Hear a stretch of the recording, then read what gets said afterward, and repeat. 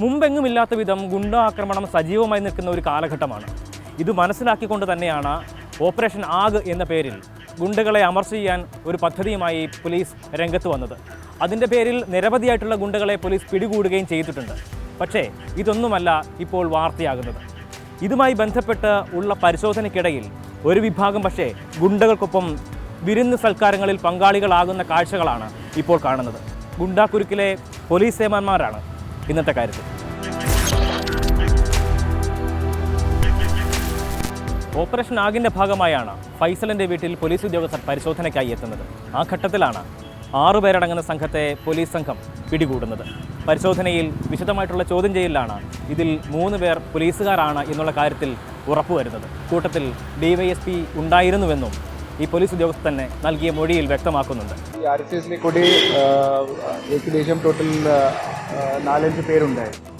So അതിൽ 2 പേർക്ക് നമ്മൾ പ്രിവെൻറ്റീവ് അറസ്റ്റ് ചെയ്തിട്ട് പോലീസ് സ്റ്റേഷൻ കൊണ്ടുവന്നു. പിന്നെ ബാക്കി 3 പേരിനെ ചോദ്യം ചെയ്യുമ്പോൾ നമുക്ക് മനസ്സിലായി അത് പോലീസ് ഉദ്യോഗസ്ഥരായിരുന്നു. സോ അതുമായി ബന്ധപ്പെട്ട ഓൾറെഡി ഒരു സ്പെഷ്യൽ റിപ്പോർട്ട് രാവിലെ തന്നെ നമ്മൾ ഓൾറെഡി DIG സർക്ക് അയച്ചിട്ടുണ്ട്. ഒരു ഭാഗത്തുകൂടി ഗുണ്ടകളെ അമർച്ച ചെയ്യുന്നതിനായി ശക്തമായ നടപടികളുമായി പോലീസ് സംഘം മുന്നോട്ട് പോകുമ്പോഴാണ് ഇത്തരം ചില പുഴുക്കുത്തുകൾ ഉണ്ടാകുന്നത്. ഗുണ്ടാ തലവൻ ഫൈസലിൻ്റെ വിരുന്നിൽ പങ്കെടുത്ത ക്രൈംബ്രാഞ്ച് DYSP MG സാബു അടുത്ത ദിവസം റിട്ടയർ ആകാൻ വേണ്ടി കാത്തിരിക്കുന്ന ഒരാൾ കൂടിയാണ്. കഴിഞ്ഞ കുറേ നാളുകളായി എറണാകുളത്ത് ജോലി ചെയ്ത് തെരഞ്ഞെടുപ്പിൻ്റെ ഘട്ടത്തിൽ ആലപ്പുഴയിലേക്ക് സ്ഥലം മാറിപ്പോയതാണ്.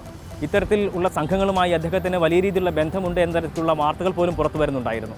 നിരവധി തവണ ഇത്തരത്തിൽ നടപടികൾക്ക് വിധേയനായിട്ടുമുണ്ടായിരുന്നു. റിട്ടയർമെൻറ്റുമായി ബന്ധപ്പെട്ട് അവധിയിൽ കഴിയുന്ന സാബു ചില ഉദ്യോഗസ്ഥരുമായി ചേർന്നാണ് ഒരു വിനോദയാത്ര നടത്തുന്നത്. ആ വിനോദയാത്രയിൽ നിന്നുള്ള വരവിലാണ് ഫൈസലിനെ വീട്ടിൽ സന്ദർശിക്കുന്നത്.